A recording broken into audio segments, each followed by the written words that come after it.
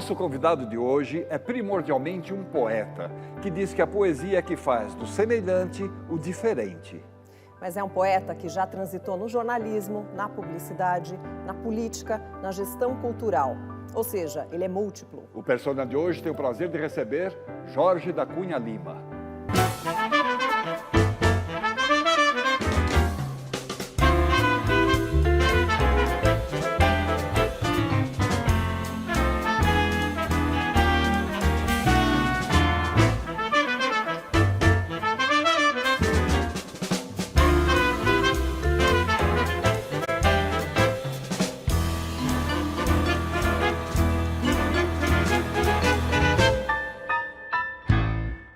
Jorge da Cunha Lima, muito obrigado por ter aceitado o nosso convite. Seja muito bem-vindo. Eu que agradeço o convite. Nessas alturas da vida é interessante a gente se revelar um pouco para talvez se conhecer de novo. Ótimo. Jorge, então vamos começar lá atrás. Você nasceu numa família ligada à cafeicultura, fazendas, bolsa do café, tradição, princípios rígidos. Como é que era ser criança nesse ambiente? Olha, ser criança para mim foram duas coisas. Primeiro, a família. Segundo, o colégio. O colégio primário foi uma coisa sensacional, porque havia uma convivência muito rica e um ensino muito bom. Eu, por exemplo, não lembro dos professores todos da Faculdade de Direito, mas me lembro de cada uma das professoras do curso primário, onde realmente eu tive uma educação muito forte de 4 professoras sensacionais. E o ambiente familiar já não era mais o ambiente de fazenda que era a minha avó. A reminiscência da fazenda, para mim, era a casa da minha avó. Porque ela ainda tocava piano com professora, como se fosse uma dama, uma jeune fille, aprendendo piano. Ela tinha fogão a carvão, isso numa casa na Aclimação. E eu era filho de um profissional liberal, engenheiro, minha mãe. O que era mais relevante na infância? Era a rua. A gente brincava na rua. Depois de brincar na rua, eram os amigos. A gente tinha muito amigo. E dentro de casa havia um culto de um pelo outro, entende? Eu me lembro dos aniversários. Era uma coisa maravilhosa, entende? Agora, a casa da minha avó foi muito importante para mim, porque a minha avó tocava piano escondido. Ninguém ouvia, sabia?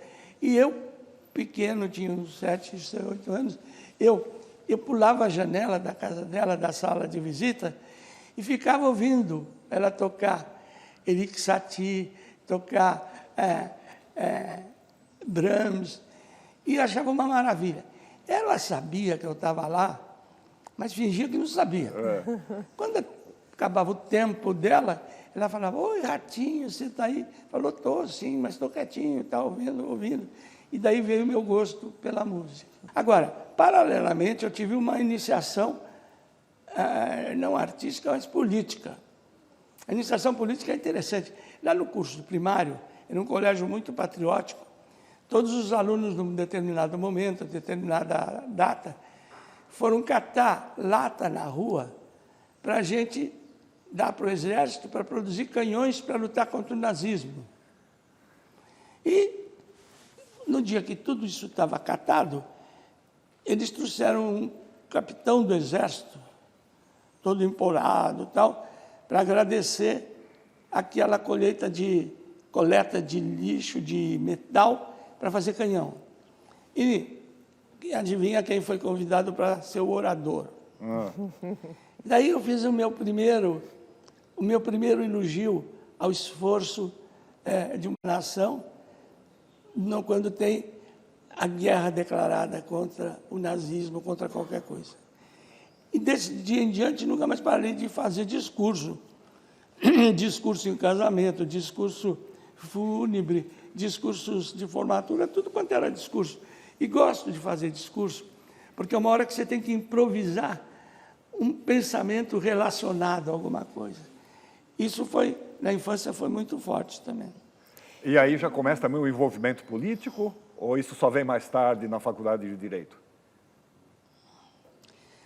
De fato, o envolvimento político veio no curso primário, no curso no ginásio, quando eu estava no São Bento. Nós, um grupo do colégio, um dia foi chamado com apito, como os alemães faziam, e nós fomos todos em fila ver o que é. E o prefeito do colégio, que era um alemão baixinho, virou para a gente e falou: os aliados ganharam a guerra. E nós, então, começamos a cantar, fomos para a rua comemorar, todo mundo estava tocando buzina, tudo isso. Então, foi um dia empolgante, esse dia o fim da guerra. Pátria. Outro dia muito importante, fim da guerra. Depois foi a chegada dos pracinhas. Nós fomos para a Avenida São João, evidentemente esquina com a Ipiranga, num prédio em construção, e lá ficamos num puleiro improvisado e privilegiado, vendo os pracinhas chegarem, e a gente aplaudia aos gritos, porque para nós eles tinham ganhado a guerra. Claro que todo mundo tinha ganhado a guerra, mas eles, principalmente, para minha imaginação infantil, foram os grandes vencedores da guerra. Jorge, e lá no Colégio São Bento tinha um centro literário. Foi lá que você descobriu a poesia ao lado dos irmãos Campos? Olha, de fato, o São Bento era um colégio privilegiado. Ele levava escritores, levava conferencistas, tinha cinema toda quarta-feira à noite. Então, nós tínhamos já um respaldo cultural muito grande. E tinha um centro acadêmico, um centro literário, o Centro Literário de São Bento. E tinha dois caras lá, pelo menos, que eram de um talento extraordinário. O Haroldo de Campos, que sabia tudo sobre tudo, e era mocinho. E o Augusto, que era um grande poeta. E tinha o Rubens Paiva, tinha o Boris Fausto. Era uma meninada que daria para fazer uma academia hoje, entende? Isso lá no Centro Literário de São Bento. E eu me lembro, nessa época, até, eu fiquei muito impressionado com as poesias do Augusto, o que foi me marcar a minha vida muito profundamente. Isso muito antes do concretismo, tá certo? Agora, o São Bento está fincado na minha vida, entende? Porque quando eu tinha 13 anos, os padres pediram para fazer um trabalho sobre Troia. No meu livro de poesias, como vocês podem saber, Troia Canudos. E esse último livro de poesia vem daquela história dos 13 anos. Eu tinha que escrever sobre Troia e não sabia nada sobre a guerra, sobre nada. E fui a um tio meu, que era um grande erudito, tradutor de Shakespeare, um fulano extraordinário, e falei: olha, o senhor quer me ajudar a fazer esse trabalho aqui que eu não sei? Ele foi muito claro. Vem aqui todos os dias às 3 horas da tarde. E eu que achei que ia ser uma moleza dele escrever um livro para mim, entende? Ele me pôs em contato com Troia. Primeira coisa que faziam naquela época não era o Google, né? Era a Enciclopédia Britânica. E ele abriu a Enciclopédia Britânica exatamente no verbete Troy. E eu fiquei fascinado com o que eu estava vendo e ouvindo, e acabei escrevendo o meu primeiro ensaio sobre Troia. E os padres ficaram espantados, que era uma coisa muito boa, e que era tão interessante, que eu lembro do prefácio até hoje. Na colina atual da Ásia Menor. Na colina atual de Sarlik, acamaram pelos tempos afora restos de uma civilização que, por querer guardar Helena, raptada por um de seus príncipes, Paris, sustentou centenas e milhares de cercos que marcaram a história das Troias, até a nossa Troia de Taipas, Canudos. Eu me lembrei que a coisa que me marcou a vida intelectualmente foi esse percurso de Troia Canudos. Agora, além da poesia, você tinha também um outro interesse. Você queria ser santo, poeta e santo. Como é que é isso? Explica isso para a gente. Olha, a coisa é bem complicada. Nós fomos convocados no ginásio de São Bento a fazer parte de um movimento de renovação da igreja, que era a Ação Católica. A igreja era muito careta, muito fechada, e de repente ela abre um movimento que era a participação dos leigos na hierarquia da igreja. E tinha a JUC, que era a Juventude Universitária, a JEC, que era a Juventude Estudantil, e outras digamos, instâncias. Agora, você imagina um garoto de 14 anos ser convocado para a renovação da igreja, ser transformado em hierarquia da igreja. Porque nós íamos no cardeal, lá da palpite, a gente falava, a gente rezava, a gente assistia a missa no domingo em volta do altar, em latim. Então eu me sentia com uma responsabilidade que já era política, uma responsabilidade humana, religiosa, mas sobretudo política. E com a ideia da renovação, de uma igreja de transformação, não daquela igreja de caretas, tudo isso que existia, né? De dogmas e ortodoxias. Não, essa era uma igreja da descoberta, uma igreja da renovação. Eu não guardei os dogmas, que são muito chatos. Eu guardei os mistérios. A ideia do mistério é fantástica. A ressurreição como um mistério. A morte como um mistério. Os mistérios consagrados pela religião, pela religiosidade, são muito mais importantes que os dogmas. Que é a crença no mistério que te faz, por exemplo, acreditar na ressurreição. Só um louco, não precisa ser santo para acreditar na ressurreição. Mas é um mistério. Sim. E é um mistério que faz a gente, aos 90 anos, ter uma tranquilidade enorme diante do futuro próximo. O futuro próximo, não preciso dizer qual é, o futuro próximo é a morte. Mas uma certa tranquilidade diante disso é porque a gente sabe que existe a ressurreição. A gente sabe que existe a eternidade. Agora, nunca eu fui muito santo, não. Queria ser, mas não era. Você queria ser santo, gostava muito da poesia, mas foi fazer direito. Por quê? Eu acho que o direito... Eu fui fazer direito porque a minha família nunca permitiria que eu fizesse literatura. Na minha família tinha um dogma. Era ser engenheiro. Meu pai era engenheiro, meu avô era engenheiro, meu irmão engenheiro. Então, a Politécnica era o Belzebu, era o monstro sagrado. Tanto é que eu fui fazer cursinho com o Dr. Breves para entrar na Faculdade de Direito, na Politécnica, contra a vontade. Mas aí, eu queria mesmo fazer literatura.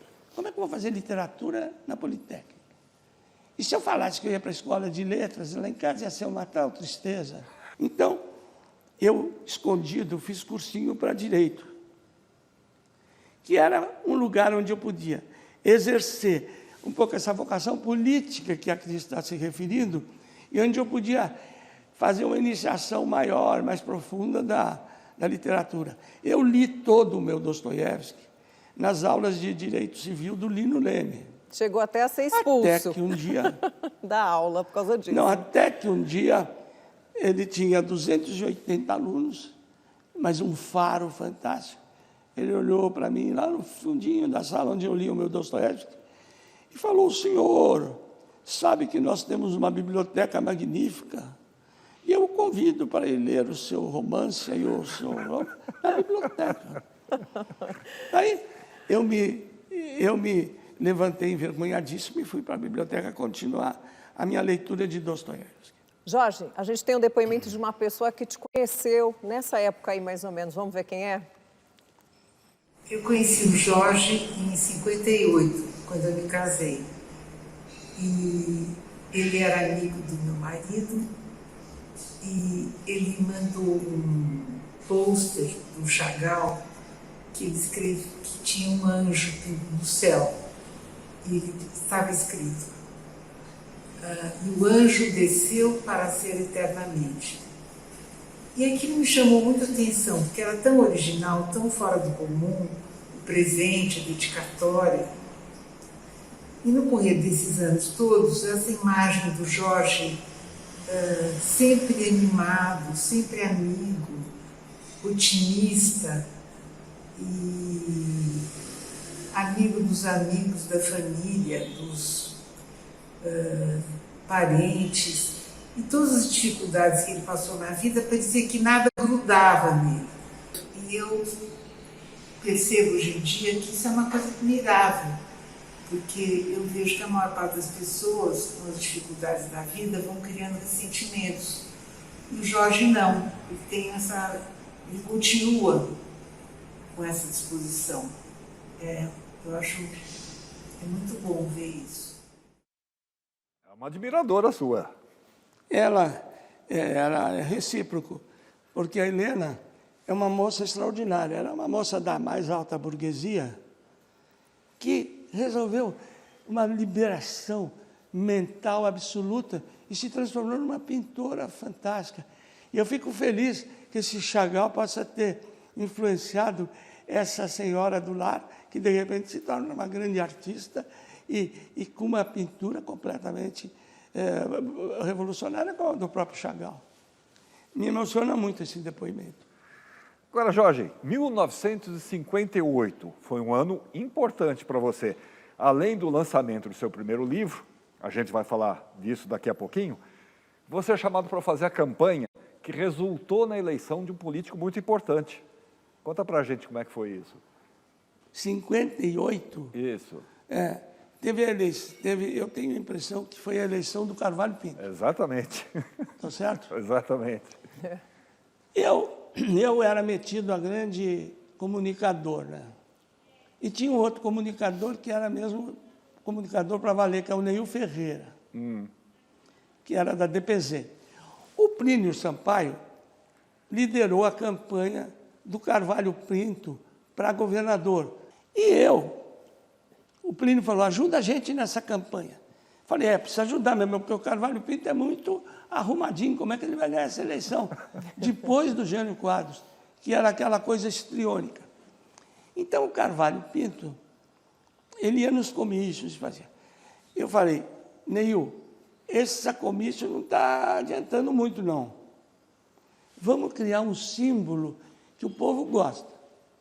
E criamos um pintinho de metal para pôr na lapela.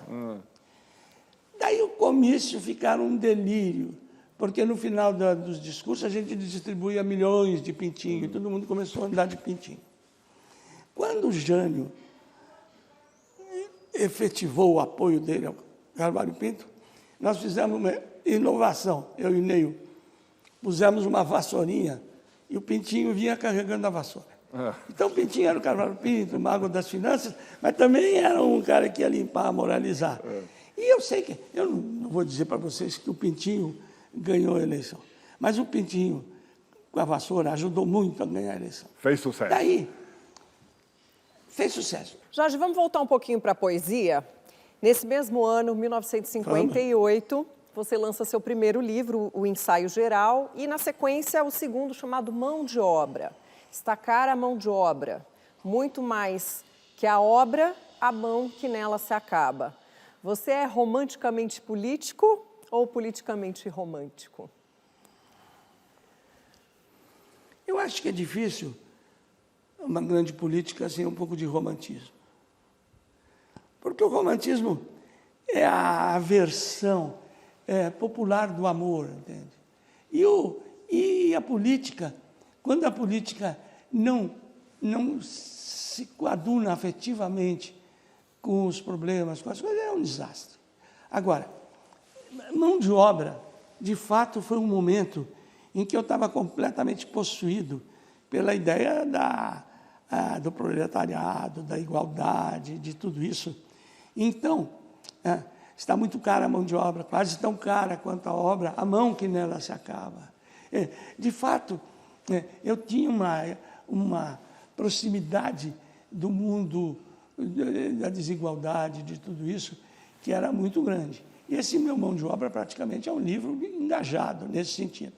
Já o Ensaio Geral. O primeiro livro, o Ensaio Geral, era um pouco como se eu estivesse indo fazer uma colheita dos lilazes da adolescência, entende? Sejam religiosos, sejam humanos, poéticos.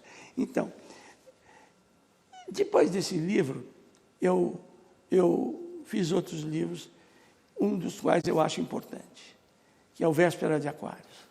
Daí eu já estava conectado com o destino do mundo, do universo. Eu pensava já na grandeza das transformações mundiais e tudo isso. E é um livro que eu gosto muito, esse Véspera de Aquários. Em 64, um pouco antes do golpe militar, você assume a direção de um importante jornal daqui de São Paulo. Isso deve ter sido um desafio para você. Vamos falar disso no próximo bloco? Olha, vamos. Ok. Então, voltamos já com o Persona.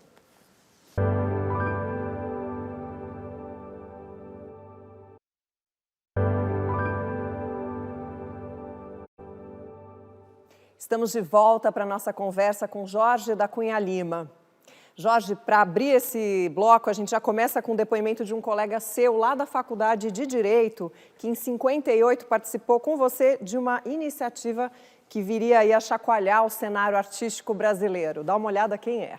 Ui, quem vem de lá? Ui, quem vem de lá? Salve o capacete de São Jorge, teu cavalo é corredor. Ea, beira-mar, auê, beira-mar, beira-mar, auê, beira-mar. Maravilhoso! Você vai fazer 90 anos daqui uns dias e está enxuto, está maravilhoso. Alegria à prova dos 90. Alegria. Acho que a vida começa, eu espero, aos 90. Mas, enfim, tomara que eu chegue lá. Mas eu queria fazer há tempo que eu não converso contigo, né? Eu queria te perguntar uma coisa que está no ar, o impeachment. Para nós, é tão importante que a gente se livre dessa peste e das que estão vindo aí, Delta, etc. Mas é mais importante ainda que vai junto o verme que está na não presidência do Brasil. Você está no PSDB ainda? Qual é a tua posição diante de um impeachment já? Olha, merda. O Brasil não merece, com o povo que tem, com a criatividade que tem, um país que tem o Zé Celso, pode ter na presidência da República um Bolsonaro. Eu sei que esse programa não é político, nem eu vim aqui fazer proselitismo político, mas eu nunca senti tanta vergonha de um país quanto agora. Nós tivemos momentos difíceis, nós tivemos impeachment, nós tivemos corrupções inumeráveis. Agora, uma falta de respeito com o ser humano, como a demonstrada pelo governo Bolsonaro, Zé Celso, é inacreditável. É inacreditável. É o desrespeito ao ser humano, é o desrespeito à nação, é o desrespeito ao destino de milhões de pessoas, centenas de milhares das quais mortas. A gente tem que tolerar esse coisa. Agora, impeachment. Agora, eu tenho a impressão que, infelizmente, nós parecemos meio castrados.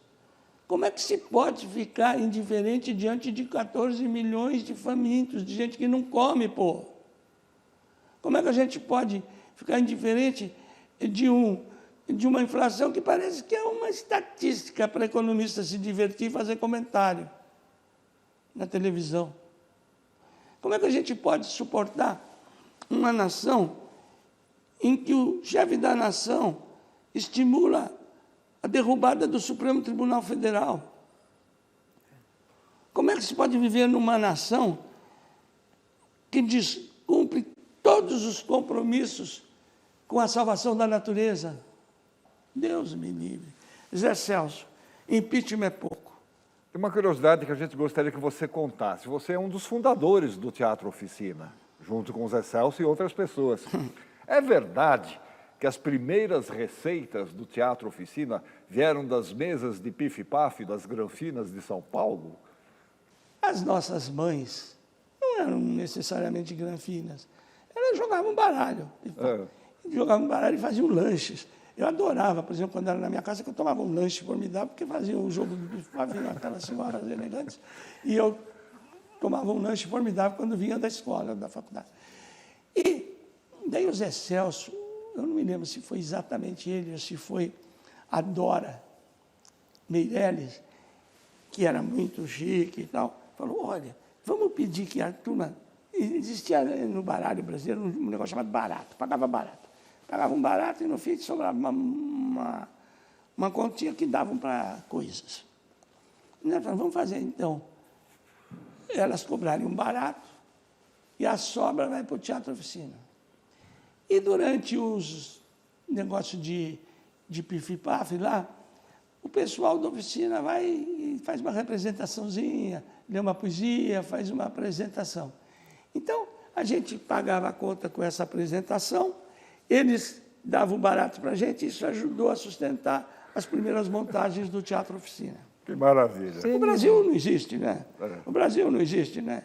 Quer dizer, as coisas nascem de improvisações e de generosidades, digamos, peculiares. Eu não conheço país igual esse. É, verdade. Bom, Jorge, nos anos 60, você já atuava como jornalista em algumas das principais revistas e dos jornais desse país, quando você foi convidado pelo Samuel Weiner para dirigir o jornal Última Hora de São Paulo. Como resultou essa missão, hein? E, aliás, alguns meses antes do 31 de março de 1964. O Samuel Weiner apoiava, de olhos fechados, de mãos abertas, apoiava o Jango Goulart. E todo dia ele fazia artigos sobre o Jango e não sei o quê. São Paulo fez a filial da Última Hora, que era a Última Hora de São Paulo, muito importante, que teve uma tiragem fantástica, e depois do Estadão era o jornal mais importante da cidade. O Adhemar de Barros, governador, e aquelas senhoras da Marcha com Deus pela família, tinham horror à Última Hora. Horror à Última Hora. Então, o que aconteceu? O nosso diretor, Jorge Miranda Jordão, que era um jovem, carioca, legal, mas muito avançado mentalmente, fez uma gafe, né? Colocou na primeira página da Última Hora Nossa Senhora da Aparecida na cara do Pelé. Isso foi a bomba que detonou. O Adhemar organizou uma marcha para detonar, empastelar a Última Hora, e a situação estava muito grave. Um dia fui para o Rio de Janeiro, sentou do meu lado no avião um senhor muito simpático, um conversador, Samuel Weiner. Quando acabou a viagem, antes de chegar no Rio, ele falou, você, Jorge, você não quer ser diretor da Última Hora de São Paulo? Eu falei, olha, Samuel, com a ambição de um adolescente, é claro que eu gostaria de ser diretor da Última Hora, mas eu não sou tão louco quanto você, para sair da minha vida, de tudo mudar, e ser diretor da Última Hora em São Paulo, que está caindo aos pedaços. Embora tivesse muito poder a Última Hora, caindo aos pedaços naquele momento, politicamente. Voltei para casa, conversei com meus pais, com meus irmãos, e sobretudo com a minha ambição, perante meus amigos da JUC, da política. Eu falei, eu, Jorge Cunha Lima, vou perder a chance de ser diretor da Última Hora?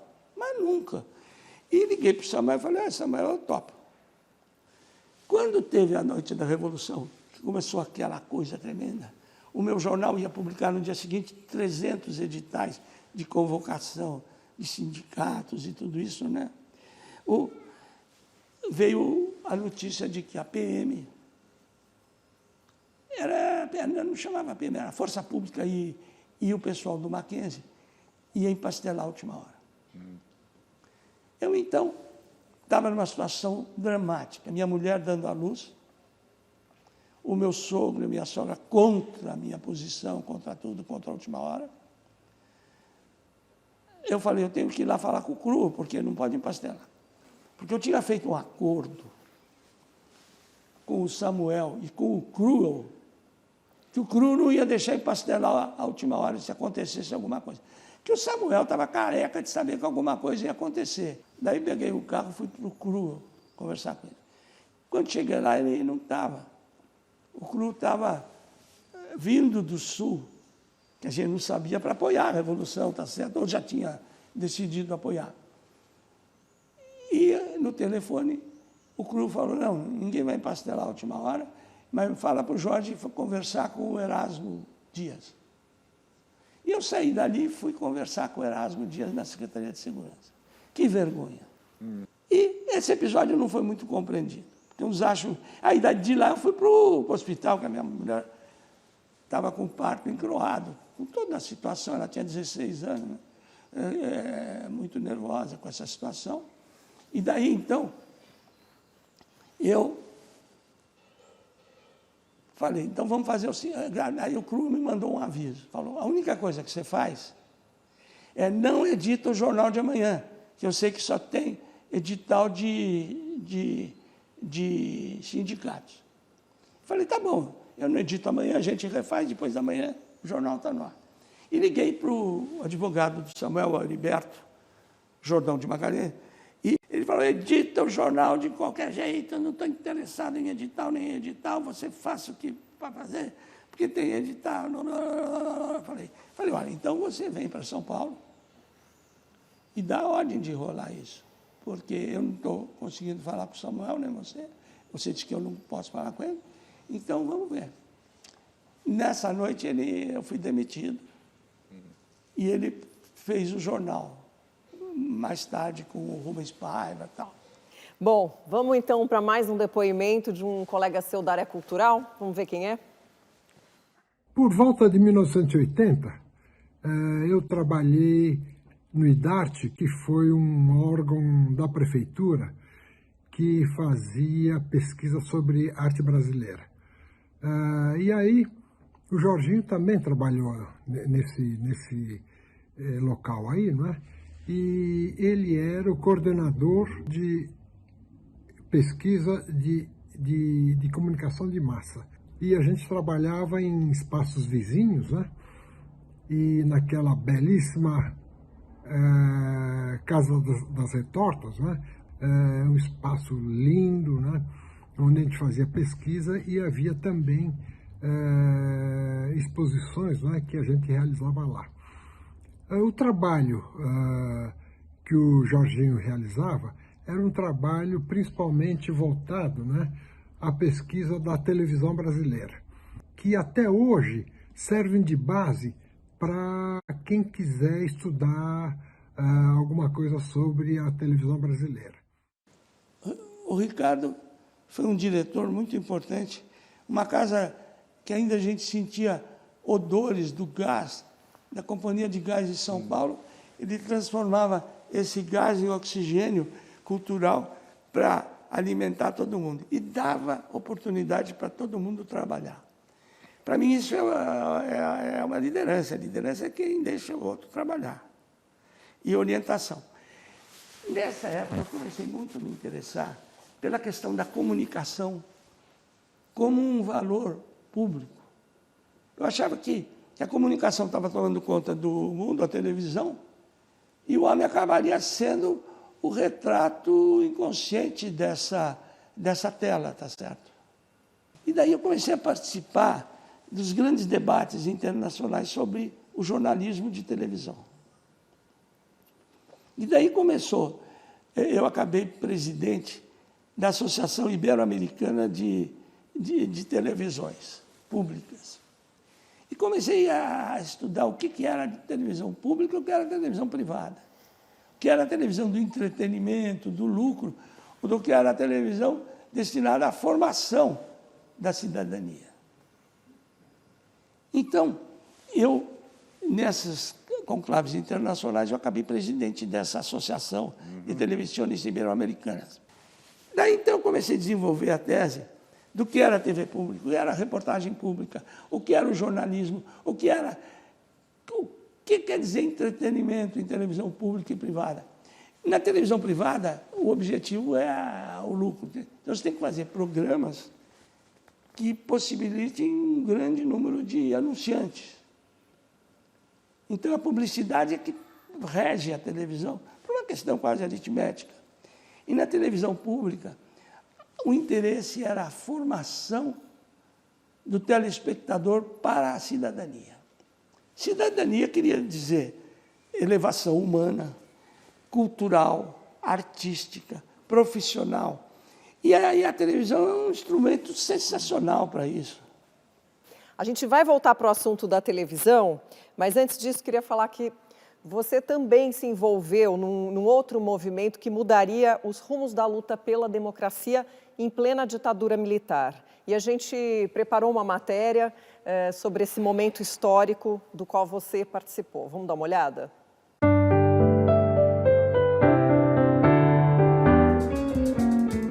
Em meados dos anos 80, o governo militar que assumira o poder havia 2 décadas estava enfraquecido. A sociedade organizada tinha pressa e clamava por eleições diretas e imediatas para a presidência da República. Movimentos populares já se manifestavam pela mudança constitucional desde a anistia de 1979. Mas foi no dia 25 de janeiro de 1984, data comemorativa dos 430 anos da cidade de São Paulo, que um comício na Praça da Sé fez eclodir por todo o país o movimento que ficou conhecido como Diretas Já. O entusiasmo das 400 mil pessoas presentes no famoso encontro foi o verdadeiro estopim que alavancou a campanha de apoio à emenda Dante de Oliveira, que propunha eleições diretas já no pleito seguinte. Alguns meses depois, a emenda foi derrotada na Câmara dos Deputados, mas a chama acesa na campanha não se apagou até cumprir o seu objetivo em 1989. Que lembranças que você guarda desse dia, Jorge? Olha só, de ouvir e de ver essas imagens, eu realmente sinto uma emoção diante do capítulo mais importante da minha vida política. O Montoro era um governador que se incomodava muito com as pequenas coisas, queria ser um grande administrador, e no fundo ele era um grande político. E um dia eu me reuni, os jornalistas do Palácio, lá como é que chamam, os que fazem a cobertura jornalística do governo, me chamaram e falaram: Jorge, o Montoro precisa acabar com essa história de administração e tal. Ele tem que tomar as rédeas políticas desse país para a redemocratização. Isso era no jantar de Natal. Ia ter o jantar de Natal para os jornalistas do Palácio. Daí a gente fez um trato, os jornalistas, alguém ia provocar o Montoro sobre essa história. O Montoro acabou, na hora do café, fez um discurso e disse: vocês têm razão, vamos começar a luta. Eu vou chamar os governadores aqui para uma reunião e vamos marcar o comício das diretas, dia 25 de janeiro, dia de São Paulo, no marco histórico. Aplaudido, começamos tudo isso. Daí, levamos a ideia para os nossos amigos do partido e outros. Todo mundo falou: que loucura, Montoro, fazer um comício no dia 25, feriado, está todo mundo no Guarujá. O Montoro respondeu: não, está no Guarujá os seus amigos, mas o povo que eu quero convocar não está no Guarujá, não. Vocês não percam por espera.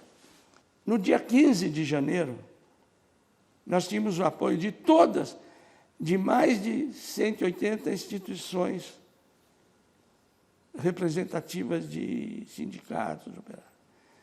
Tivemos 300 prefeitos querendo apoiar. E de gravata amarela, com máscara à frente, chamamos todos os artistas para para começar o comício ao meio-dia e cantar até a hora do comício. Quando foi meio-dia, o governador tinha almoçado com os governadores,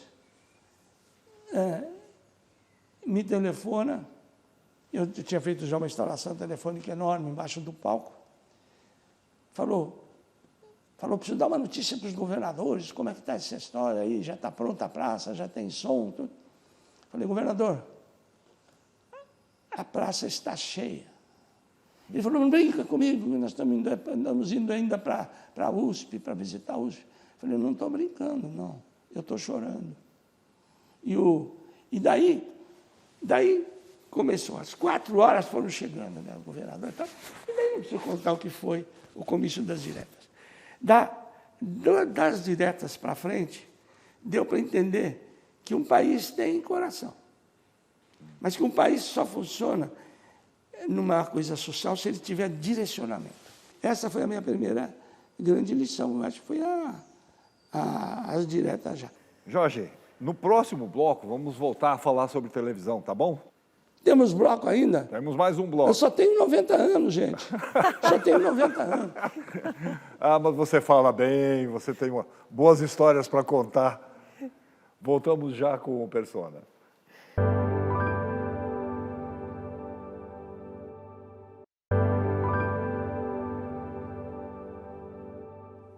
Continuando Persona, hoje a nossa conversa com Jorge da Cunha Lima. Jorge, em 1967, você acreditou no projeto de realização do primeiro longa-metragem de um cineasta que depois ficaria um dos mais aclamados do Brasil.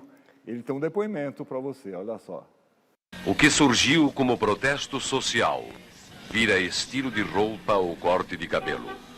Os novos uniformes da obediência.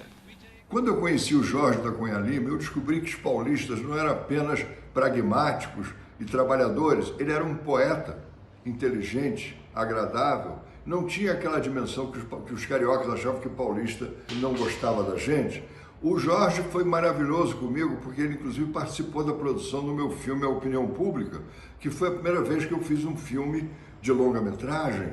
Ele foi meu sócio, me ajudou. O filme era um filme sobre a classe média brasileira, porque não era nem sobre o proletariado, nem sobre a burguesia, era uma coisa sobre a grande massa da opinião pública do país. E o Jorge foi fantástico nisso. E, claro, que nenhum de nós dois viu um tostão, porque o filme fez um sucesso de crítica, mas não deu, naturalmente, um tostão. Mas até hoje o Jorge é uma lembrança e uma presença grande na minha vida, interna e externa.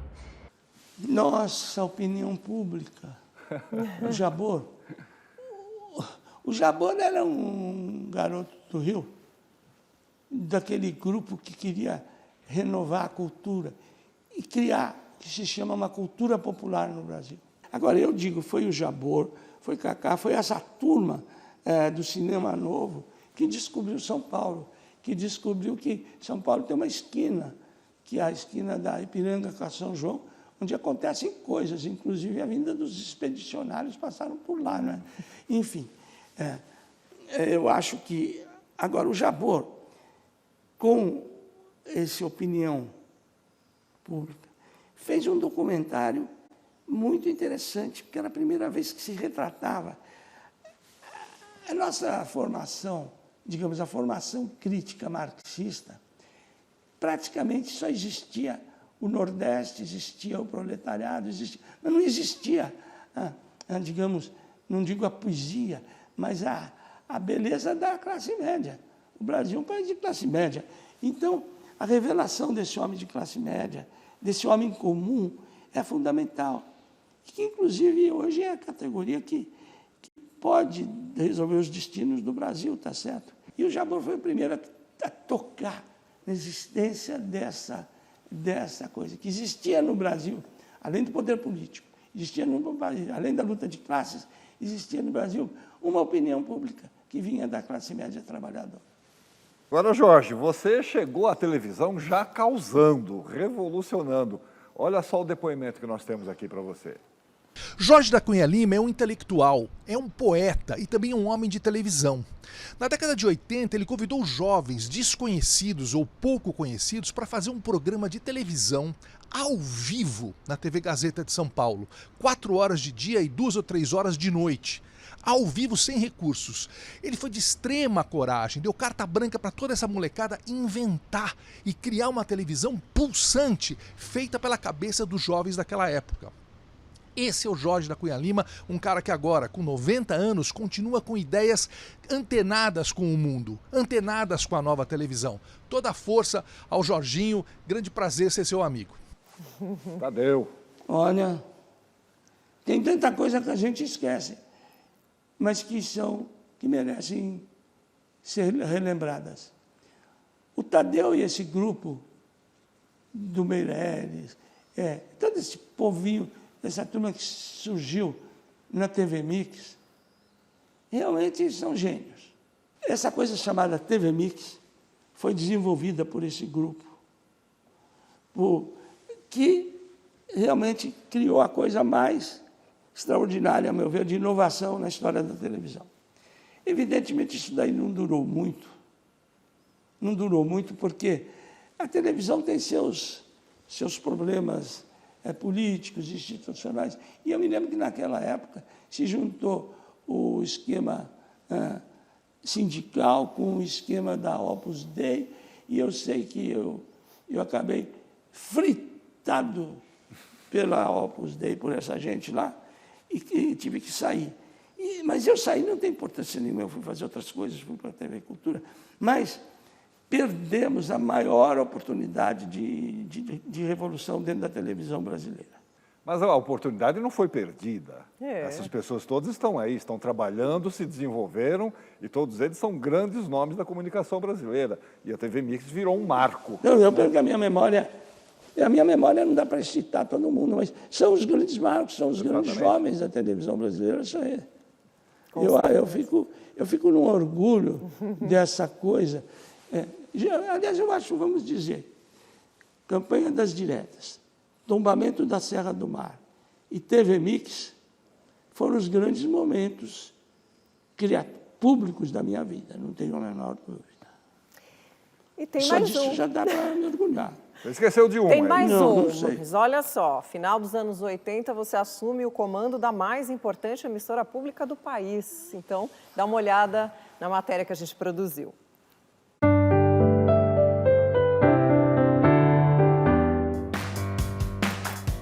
A TV Cultura surgiu como emissora pública em 1969, tendo como principal mantenedora a Fundação Padre Anchieta. Nesses mais de 50 anos, a Rede Cultura se expandiu para todos os cantos do país, com foco em uma programação de alto valor cultural, educacional e informativo. Ao longo dos anos, fomos apresentados aos grandes autores da dramaturgia mundial, através dos teleteatros e teleromances. Nos encantamos com programas infantis que ganharam reconhecimento internacional. Inúmeros programas da TV Cultura se tornaram verdadeiros marcos da televisão brasileira. A programação de alto nível, que abrange todas as formas de arte e todos os ramos de conhecimento, leva um entretenimento de qualidade para milhões de pessoas. Seu jornalismo diferenciado garante informação ágil e precisa para os seus espectadores.